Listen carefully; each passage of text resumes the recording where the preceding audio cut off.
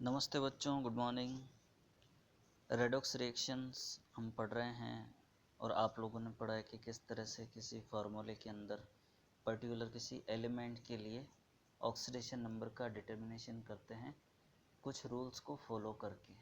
आप उन रूल्स को अगर ध्यान में रखोगे तो इजीली किसी भी एलिमेंट का या एटम का पर्टिकुलर उस कंपाउंड के अंदर ऑक्सीडेशन नंबर डिसाइड कर सकते हो। देखो यहाँ एक टेबल दे रखी है। इस टेबल के अंदर हालांकि ये ऊपर की तरफ कुछ ओवरलैप हो रहा है लेकिन फिर भी अंडरस्टूड है। फ्लोरीन, इसका ऑक्सीडेशन नंबर हमेशा -1 होगा किसी भी कंपाउंड में। अगर केवल एलिमेंट ले रहे हो आप F2 तो उसमें 0 होगा, अदरवाइज हमेशा उसका -1 होगा। ठीक है। फिर हाइड्रोजन, यहाँ इस कंपाउंड में यानी मीथेन में इसका ऑक्सीडेशन नंबर +1 है।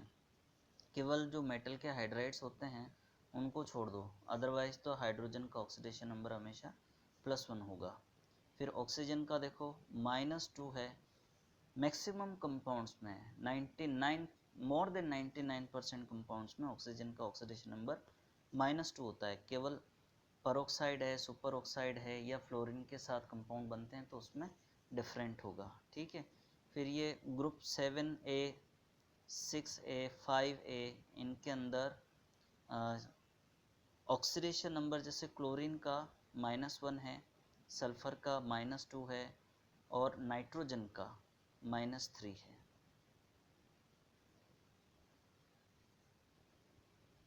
ये एक्चुअल में जो आपको ग्रुप नंबर दिख रहे हैं ना 5A 6A 7A, modern periodic table के अंदर ये रेस्पेक्टिवली ग्रुप 15 16 और 17 है।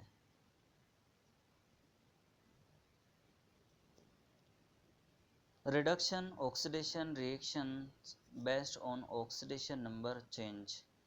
ऑक्सीडेशन नंबर देखो, आपको ये बात तो पता है कि हमेशा ऑक्सीडेशन और रिडक्शन साथ में होगा, लेकिन सेपरेट अगर हमको रिप्रेजेंट करना हो तो हाफ रिएक्शन की फॉर्म में उनको रिप्रेजेंट करेंगे। ठीक है।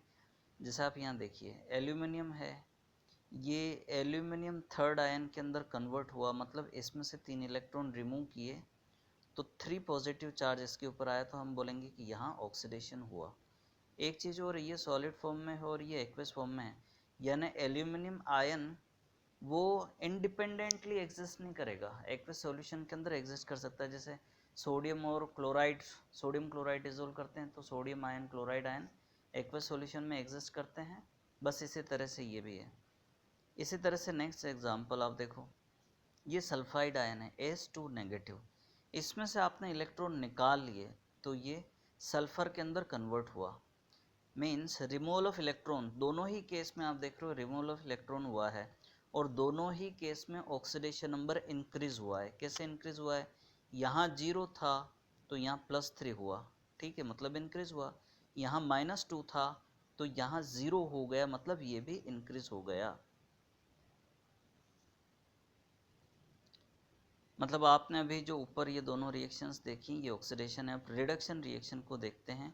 ऑब्वियसली डिक्रीजिंग ऑक्सीडेशन नंबर, यानी यहाँ देखिए ये SN4+ है, यानी टिन का 4th आयन, तो ये टिन के सेकंड आयन में कन्वर्ट हुआ, इसको हम बोलते हैं स्टेनिक और इसको हम बोलते हैं स्टेनस। तो ऑक्सीडेशन नंबर +4 से डिक्रीज होकर के +2 में कन्वर्ट हुआ, इसका मतलब क्या हुआ, रिडक्शन हुआ। इसी तरह से यहाँ देखिए ये क्लोरीन गैस है, ये क्लोराइड आयन के अंदर कन्वर्ट हुई, मीन्स गेनिंग ऑफ इलेक्ट्रॉन तो हुआ ही है, या हम यूँ कहते हैं ऑक्सीडेशन नंबर इसका 0 है तो इसका -1 हुआ, मतलब डिक्रीज हुआ। इसका मतलब क्या हुआ, ये रिडक्शन प्रोसेस हुआ। मैं रिपीट कर दूं कि ये जो दोनों एग्जाम्पल्स आपको बताए हैं ये हाफ रिएक्शन के एग्जाम्पल्स हैं। कंप्लीट रिएक्शन के अंदर ऑक्सीडेशन और रिडक्शन हमेशा साथ होंगे। ये आगे कुछ मेटल एलिमेंट के एग्जाम्पल्स हैं, आयनाइज्ड फॉर्म में होते हैं तो उनके ऑक्सीडेशन नंबर क्या हैं। देखो जिंक और सिल्वर का जो एग्जाम्पल है उनमें फिक्स्ड एक ही ऑक्सीडेशन नंबर को शो किया हुआ है, तो जिंक +2, यानी कभी भी ये +1 या +3 ऑक्सीडेशन स्टेट शो नहीं करता है। सिल्वर भी +1 ऑक्सीडेशन स्टेट शो करता है। फिर कॉपर +1 और +2 दोनों शो करता है, यानी दोनों तरह के आयंस भी बना सकता है, जिसको रेस्पेक्टिवली हम क्यूप्रस और क्यूप्रिक बोलते हैं। गोल्ड है वो +1 +3 शो करेगा, आयरन +2 +3 शो करेगा, जिसको रेस्पेक्टिवली फेरस एंड फेरिक बोलते हैं। लेड +2 और +4 ऑक्सीडेशन नंबर शो करता है। मोनोएटॉमिक आयन के अंदर तो कोई प्रॉब्लम नहीं है, उसके पर्टिकुलर जिस एलिमेंट के ऊपर जो चार्ज है वही उसका ऑक्सीडेशन नंबर होता है। जैसे सोडियम आयन है तो Na+ है तो +1 उसका ऑक्सीडेशन नंबर होगा, बेरियम सेकंड का +2, फेरिक का +3, क्लोराइड का -1 और सल्फाइड का -2 होगा। The sum of oxidation number of element atoms in a compound molecule equal to 0, ये हम पहले देख चुके हैं। The sum of oxidation number of element atoms in a polyatomic ion is equal to the charge on that ion। जैसे hydroxide का example ले रखा है तो इसका जो चार्ज है, इसके अंदर अवेलेबल ऑक्सीजन और हाइड्रोजन के जो भी ऑक्सीडेशन नंबर हैं उन सब का सम -1 के बराबर होगा। इसी तरह से कार्बोनेट आप लोगे तो कार्बोनेट का फॉर्मूला क्या है, CO3 2-, मतलब ये हुआ कि कार्बन और ऑक्सीजन के ऑक्सीडेशन नंबर का सम करोगे तो वो -2 के बराबर आना चाहिए। इसी तरह से सल्फेट है SO4 2-, तो इसमें भी सल्फर और ऑक्सीजन के ऑक्सीडेशन नंबर का सम -2 आएगा। और नाइट्रेट आयन है तो 1 नाइट्रोजन और 3 ऑक्सीजन है, इनके ऑक्सीडेशन नंबर का सम -1 के बराबर आना चाहिए। अगर नाइट्राइट आयन है NO2-, तो उसमें 1 नाइट्रोजन और 2 ऑक्सीजन के ऑक्सीडेशन नंबर का सम -1 के बराबर आना चाहिए। इसी तरह से पॉलीएटॉमिक केटायन है, जैसे अमोनियम आयन है NH4+, तो 1 नाइट्रोजन और 4 हाइड्रोजन है, तो इनके सबके ऑक्सीडेशन नंबर का सम +1 के बराबर आना चाहिए। सल्फ्यूरिक एसिड के अंदर सल्फर के ऑक्सीडेशन नंबर की कैलकुलेशन बता रखी है, हमने पिछले वीडियो के अंदर इस चीज़ को डिस्कस किया था। तो ये सल्फ्यूरिक एसिड को थोड़ा इस तरह से आप लिखो, थोड़ा डिस्टेंस पर, जो एलिमेंट्स हैं उनको थोड़ा डिस्टेंस पर लिखो, ठीक है। हमें पता है कि हाइड्रोजन का ऑक्सीडेशन नंबर +1 होता है और ऑक्सीजन का ऑक्सीडेशन नंबर -2 होता है। तो यहाँ 2 हाइड्रोजन हैं तो 2 को +1 से मल्टीप्लाई करो, ठीक है। सल्फर के लिए वैल्यू हमें मालूम करनी है, इसलिए यहाँ पर इसको हमने x लिखा है। और ऑक्सीजन, एक ऑक्सीजन पर ऑक्सीडेशन नंबर -2 है तो टोटल 4 ऑक्सीजन है, तो कितना हो जाएगा, वो -8 के बराबर हो जाएगा। अब आप इसको सॉल्व कीजिए, सॉल्व करोगे तो x की वैल्यू +6 आती है, जो इंडिकेट करती है कि सल्फर का ऑक्सीडेशन नंबर सल्फ्यूरिक एसिड के अंदर +6 का है। दूसरा, अगर सल्फर का कोई ऑक्सो एसिड होगा तो उसके अंदर उसकी वैल्यू डिफरेंट होगी। डाइक्रोमेट आयन का भी एग्जाम्पल हम देख चुके थे, इसमें आपको पहले भी बताया है कि ये एनायन है, ऑक्सो एनायन, जिस पर चार्ज क्या है, -2 है। ये मतलब ये हुआ कि क्रोमियम और ऑक्सीजन के ऑक्सीडेशन नंबर का सम -2 के बराबर होना चाहिए। अब हमें क्रोमियम का ऑक्सीडेशन नंबर मालूम करना है, ऑक्सीजन का हमें पता है, ऑक्सीजन का -2 है और क्रोमियम का x हमने एज्यूम किया, तो यहाँ -2 को आप 7 से मल्टीप्लाई करो तो -14 आएगा, ठीक है। और क्रोमियम के 2 एटम हैं, मतलब ये 2x, आप इसको आगे सॉल्व कीजिए तो 2x - 14 इज इक्वल टू -2। -2 क्यों, क्योंकि इसके ऊपर चार्ज -2 का है। आप सॉल्व करके देखिए तो x की वैल्यू +6 आएगी, जो इंडिकेट करता है कि क्रोमियम का ऑक्सीडेशन नंबर डाइक्रोमेट आयन के अंदर +6 का होता है। ये वाली स्लाइड प्रॉपरली शो नहीं हो रही है, लेकिन फिर भी मैं आपको बता दूं, इसके अंदर पर मैंगनेट आयन का एग्जाम्पल लिया हुआ है। इसमें मैंगनीज का ऑक्सीडेशन नंबर आप कैलकुलेट करोगे तो वो 4 ऑक्सीजन है, यानी -2 से मल्टीप्लाई करो -8, और इसके ऊपर चार्ज है माइनस का, ये जो आयन है ना पर मैंगनेट आयन, उसके ऊपर -1 का चार्ज है, तो कैलकुलेट करोगे तो मैंगनीज का ऑक्सीडेशन नंबर +7 आएगा। ये बात ध्यान रखना कि ये तो परमैंगनेट आयन की हमने बात की है, एक होता है मैंगनेट आयन। मैग्नेट आयन का फॉर्मूला बस ऐसा ही है, थोड़ा सा डिफरेंस है। यहाँ पर जो माइनस का चार्ज दे रखा है उसके बजाय 2 माइनस का चार्ज होता है, तो उसमें जब आप कैलकुलेट करोगे तो मैंगनीज का ऑक्सीडेशन नंबर +6 आएगा, मतलब वो मैग्नेट आयन है। तो परमैंगनेट के अंदर मैंगनीज का ऑक्सीडेशन नंबर +7 होता है, जबकि मैग्नेट आयन के अंदर मैंगनीज का ऑक्सीडेशन नंबर +6 होता है।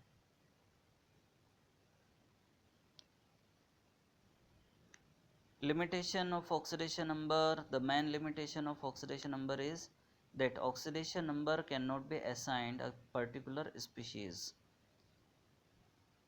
The secondary limitation is that in recent past it has been found out that the oxidation process is visualized as a decrease in electron density and reduction process as an increase in electron density around the atom or atoms involved in the reaction. देखिए ये limitation है कि HCl और NaCl आप इन दोनों को comparison कीजिए, दोनों के ही अंदर आप देखोगे तो क्लोरीन का ऑक्सीडेशन नंबर -1, ठीक है, लेकिन HCl कोवेलेंट कंपाउंड है और NaCl आयोनिक कंपाउंड है, और हाइड्रोजन का ऑक्सीडेशन नंबर +1, सोडियम का भी +1। तो फिर ये कैसे पॉसिबल है? बस यहाँ हम केवल एक एजम्पशन लेकर के चलते हैं कि इलेक्ट्रॉन पूरी तरह से शिफ्ट हो गया है ऐसा मान करके।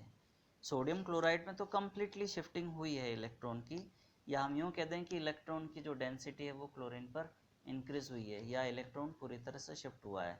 लेकिन HCl के अंदर तो ऐसा नहीं है, तो वो इलेक्ट्रोनेगेटिविटी पर डिपेंड करता है, क्लोरीन की इलेक्ट्रोनेगेटिविटी ज़्यादा है, इसलिए हम ये मान लेते हैं कि भले ही वहाँ कोवेलेंट बॉन्ड है, लेकिन इलेक्ट्रॉन पूरी तरह से शिफ्ट मान करके आप कैलकुलेट करोगे तो ऑक्सीडेशन नंबर क्लोरीन का -1 मिलेगा और हाइड्रोजन का +1 मिलेगा। ये लिमिटेशन है इसकी। फिर नेक्स्ट है paradox of fractional oxidation number. ये भी एक इसकी लिमिटेशन है, ऑक्सीडेशन नंबर जो फ्रैक्शन की फॉर्म में है। Sometimes we come across compounds having fractional oxidation number, example C3O2। ये एक कंपाउंड हम एज्यूम करें कि अगर ऐसा कोई कंपाउंड है जिसमें कार्बन के 3 एटम है, ऑक्सीजन के 2 एटम है, इसमें ऑक्सीडेशन नंबर कैलकुलेट करोगे कार्बन के लिए तो वो 4/3 आता है, तो ये फ्रैक्शन में है। इसी तरह से Br3O8 के अंदर ब्रोमीन का 16/3 आता है। फिर आप देखो Na2S4O6 में कैलकुलेट करते हो तो वो 2.5 आता है। एक्चुअल में ये जो कंपाउंड बता रखा है इसमें ये जो बात कर रखी है ये सल्फ़र के लिए है, सोडियम यहाँ गलत लिखा हुआ है, तो ये सल्फ़र के लिए बात की हुई है, इसको हम आगे डिस्कस करते हैं। चलिए अब ये जो फ्रैक्शनल नंबर हैं ऑक्सीडेशन नंबर के, इनकी सच्चाई को हम समझते हैं। देखिए ये C3O2 है, इसको कार्बन सब ऑक्साइड भी कहा जाता है, लेस स्टेबल है ये हालांकि। अब इसमें जो फ्रैक्शनल ऑक्सीडेशन नंबर हमको मिल रहा है तो इसमें 3 कार्बन एटम हैं, ठीक है। तो आपको ये समझ में आएगा कि 2 ऑक्सीजन पर -2 करके -4 चार्ज हुआ, तो उसको बैलेंस करने के लिए प्लस का 4 चाहिए। टोटल कार्बन के एटम्स यहाँ पे 3 हैं, तो ये 4 डिवाइडेड बाय 3 करेंगे तो ये आएगा, लेकिन एक्चुअल में क्या है, 3 कार्बन एटम में से 2 कार्बन एटम पर प्लस का 2 ऑक्सीडेशन स्टेट है और एक कार्बन एटम सेंटर वाला है उस पर 0 है, तो फ्रैक्शन में ऑक्सीडेशन नंबर नहीं होते हैं, लेकिन एवरेज जब हम निकालते हैं तो फिर वो फ्रैक्शन में आ जाता है। इसी तरह से Br3O8, इसमें भी आप देखोगे ऑक्सीजन 8 हैं, तो -2 × 8 करोगे तो -16 आएगा, उसको बैलेंस करने के लिए प्लस का 16 उसको डिवाइड किया 3 से, क्योंकि ब्रोमीन के 3 एटम है तो 16/3 आ रहा है। लेकिन रियलिटी क्या है, 3 ब्रोमीन के एटम हैं, उनमें से एक पर +4 और बाकी 2 पर +6 का ऑक्सीडेशन नंबर होता है, इसी वजह से जो एवरेज निकालते हैं वो 16/3 आ जाता है। अब ये सोडियम थायोसल्फेट एक्चुअल में क्या है कि जो S4O6 है ना, वो H2O3 थायोसल्फेट उसका डाइमर है। अब इसके अंदर क्या है, जब आप कैलकुलेट करोगे तो एक ऑक्सीजन पर कितना आता है, -2 × 6 यानी -12। उसको बैलेंस करने के लिए यहाँ का +2 ले लीजिए, सोडियम पर एक सोडियम पर +1 होता है, 2 सोडियम पर टोटल +2 हो गया। तो -12 और ये +2 मिला करके -10 हो गया। अब -10 को बैलेंस करने के लिए प्लस का 10 चाहिए। उस प्लस के 10 को हम डिवाइड करते हैं 4 सल्फर के एटम के लिए 4 से, तो ये 2.5 आता है। लेकिन एक्चुअल में क्या होता है, जो थायोसल्फेट आयन होता है H2O3, उसमें एक सल्फर पर +5 का ऑक्सीडेशन नंबर होता है और दूसरे पर 0 होता है, फ्रैक्शन में नहीं होता है। लेकिन जब हम एवरेज निकालते हैं तो फिर वो फ्रैक्शन में आ जाता है। आगे ये कॉमन सी चीज़ें आ रही है कि ऑक्सीडेशन और रिडक्शन दोनों हमेशा साथ में होते हैं। इनको कंबाइंड फॉर्म में हम रेडॉक्स रिएक्शन बोलते हैं, और ये एक्चुअल में इलेक्ट्रॉन ट्रांसफ़र से रिलेटेड है, इसलिए इनको रिएक्शन ऑफ ट्रांसफरिंग इलेक्ट्रॉन्स भी बोलते हैं। और ऑक्सीडेशन जहाँ इलेक्ट्रॉन लूज़ होगा, रिडक्शन जहाँ इलेक्ट्रॉन गेन होगा। ठीक है, अब ऐसे भी रिएक्शंस होती हैं जिनके अंदर भले ही वो रिएक्शन तो होती हैं, कैरिड आउट होती हैं, लेकिन ऑक्सीडेशन नंबर में किसी तरह का कोई चेंज नहीं होता है। तो वो ऐसी रिएक्शंस को हम नॉन रेडॉक्स रिएक्शन बोलते हैं। जैसे यहाँ जो टर्म लिखी है ना, नॉन रेडॉक्स रिएक्शन। एक सिंपल हम एग्जांपल ले लें, कैल्शियम कार्बोनेट, उसको हीट करते हैं तो ये कैल्शियम ऑक्साइड और कार्बन डाइऑक्साइड के अंदर कन्वर्ट होता है। रिएक्शन तो हो रही है, लेकिन इसको हम रेडॉक्स रिएक्शन नहीं बोल सकते हैं। रीज़न क्या है, इसमें जब आप कैलकुलेट करोगे तो आपको पता लगेगा कि कैल्शियम कार्बोनेट में कैल्शियम पर ऑक्सीडेशन नंबर +2 होता है, कार्बन पर +4 होगा और ऑक्सीजन पर -2 होगा। डिकम्पोज होने के बाद में जो कैल्शियम ऑक्साइड और कार्बन डाइऑक्साइड बनते हैं, उनके अंदर भी उन्हीं एलिमेंट्स पर ऑक्सीडेशन नंबर उतना ही रहता है। जैसे कैल्शियम पर +2 है, कार्बन पर +4 है और ऑक्सीजन पर -2 है, यानी चेंज नहीं हुआ। जो पहले था वही बाद में भले ही रिएक्शन हुई, तो ऐसी रिएक्शन को हम रेडॉक्स रिएक्शन नहीं बोलेंगे। अभी आगे एग्जाम्पल लिया हुआ है रेडॉक्स रिएक्शन का, और 10th क्लास के अंदर भी आप लोगों ने ये एग्जाम्पल पढ़ा हुआ है, फेमिलियर है। CuO क्यूप्रिक ऑक्साइड, उसको जब हाइड्रोजन के साथ में ट्रीट करते हैं, यानी किसी गर्म ट्यूब में से हाइड्रोजन गैस के साथ में इसको पास करते हैं CuO, तो इसमें कॉपर और वाटर, या गैसियस फॉर्म में है तो स्टीम बोल दीजिए, ये बनते हैं। अब इसके अंदर रिडक्शन भी हुआ है और ऑक्सीडेशन भी हुआ है, तो ये तो रिडक्शन का प्रोसेस है और ये वाला ऑक्सीडेशन का प्रोसेस है। तो ओवरऑल जब आप इसमें देखोगे तो जो कॉपर है, इसमें ऑक्सीडेशन नंबर इसका +2 है, और इसके अंदर ये ऑक्सीडेशन नंबर इसका 0 है, ये इसके लिए है। ठीक है, हाइड्रोजन एलिमेंटल फॉर्म में है इसलिए 0 है, लेकिन वाटर के अंदर कन्वर्ट हुआ तो इसमें +1 हो गया। ऑक्सीजन के लिए आप देखोगे पहले भी -2 था और अभी भी -2 ही है। अब ये ध्यान देना, ऑक्सीडेशन नंबर में जितना चेंज हुआ है, तो रिडक्शन जो होता है उसके अंदर भी नंबर में चेंज उतना ही होगा। ये जो प्रोसेस आपको दिख रहा है, इसके अंदर देखिए, ये वाला प्रोसेस कौन सा है, रिडक्शन का। ठीक है, और ये वाला प्रोसेस कौन सा है, ऑक्सीडेशन का। तो जितने नंबर का रिडक्शन हुआ है उतने ही नंबर का ऑक्सीडेशन भी हुआ है, क्योंकि ये +2 से 0 में कन्वर्ट हुआ है, और यहाँ ये 0 से +1 एंड +1, यानी 2 बार हाइड्रोजन के लिए चेंज हुआ है। इसका मतलब जितना रिडक्शन उतना ही ऑक्सीडेशन हुआ है।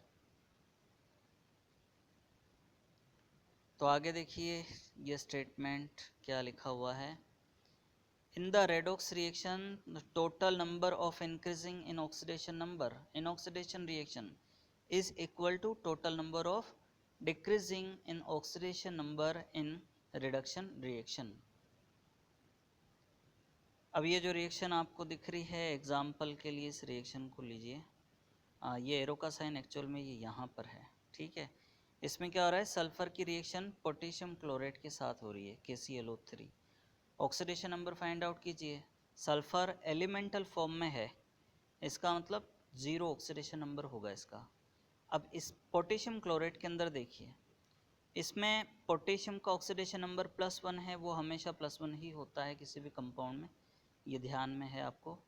ऑक्सीजन के लिए -2 है, यानी ओवरऑल इसके अंदर मल्टीप्लाई करोगे 3 से तो -6 हो जाएगा। क्लोरीन के लिए अब आप फाइंड आउट कीजिए कितना आएगा, नेचुरल सी बात है, इसको आप x मान लीजिए। तो पोटेशियम का +1 हो गया और ऑक्सीजन का -6 हो गया। सॉल्व करोगे -5 उसको पॉजिटिव में कन्वर्ट करोगे तो +5 ऑक्सीडेशन नंबर क्लोरीन के लिए आएगा। अब ये जो प्रोडक्ट्स बन रहे हैं इन प्रोडक्ट्स में देखिए ये सल्फर डाइऑक्साइड है, तो सल्फर पर कैलकुलेट करोगे तो 2 ऑक्सीजन यानी -2 × 2 यानी -4, तो सल्फर पर +4 ऑक्सीडेशन नंबर आ जाएगा। पोटेशियम का जितना पहले था उतना ही बाद में हुआ। अब ये जो क्लोरीन है इस पर ऑक्सीडेशन नंबर पर क्या फ़र्क पड़ा, ये -1 में कन्वर्ट हो गया, यानी जो पहले +5 था वो अब -1 में, यानी ऑक्सीडेशन नंबर में चेंज कितना हुआ, -6 का हुआ, तो ये रिडक्शन हो गया। दूसरी तरफ सल्फर के लिए आप एज्यूम करोगे तो आप पता लगेगा कि सल्फर का ऑक्सीडेशन नंबर इंक्रीज हुआ है, यानी ये ऑक्सीडेशन हुआ है। ठीक है, तो कौन सा इसमें ऑक्सीडाइजिंग एजेंट होगा और कौन सा रिड्यूसिंग एजेंट होगा ये आपको पता लग रहा है। इसका ऑक्सीडेशन हुआ मतलब ये रिड्यूसिंग एजेंट हो गया, ऑब्वियसली ये ऑक्सीडाइजिंग एजेंट होगा, और इसका हम यूँ कह दें कि इसका रिडक्शन हुआ। ठीक है, आगे इसी चीज़ को एक्सप्लेन किया हुआ है, ऑक्सीडेशन नंबर इनके सेवरल लिखे हुए हैं। देखिए सल्फ़र का ये है, ये +5 इस क्लोरीन के लिए लिखा हुआ है, और ये +4 इस सल्फ़र के लिए लिखा है, -1 इस क्लोरीन के लिए। ठीक है, तो ये किस तरह से इंक्रीज और डिक्रीज हुआ उसके बेसिस पे हम कह सकते हैं कि ये एक तरह की रेडॉक्स रिएक्शन है। तो बच्चों आज हम इतना ही रहने देते हैं, बाकी का हम नेक्स्ट वीडियो में पढ़ेंगे। आप लोग अपनी प्रॉब्लम्स को नोट करके रखिए, गूगल मीट पे क्लास लेंगे, हम उसके अंदर इन प्रॉब्लम्स को सॉल्व करेंगे। Thank you.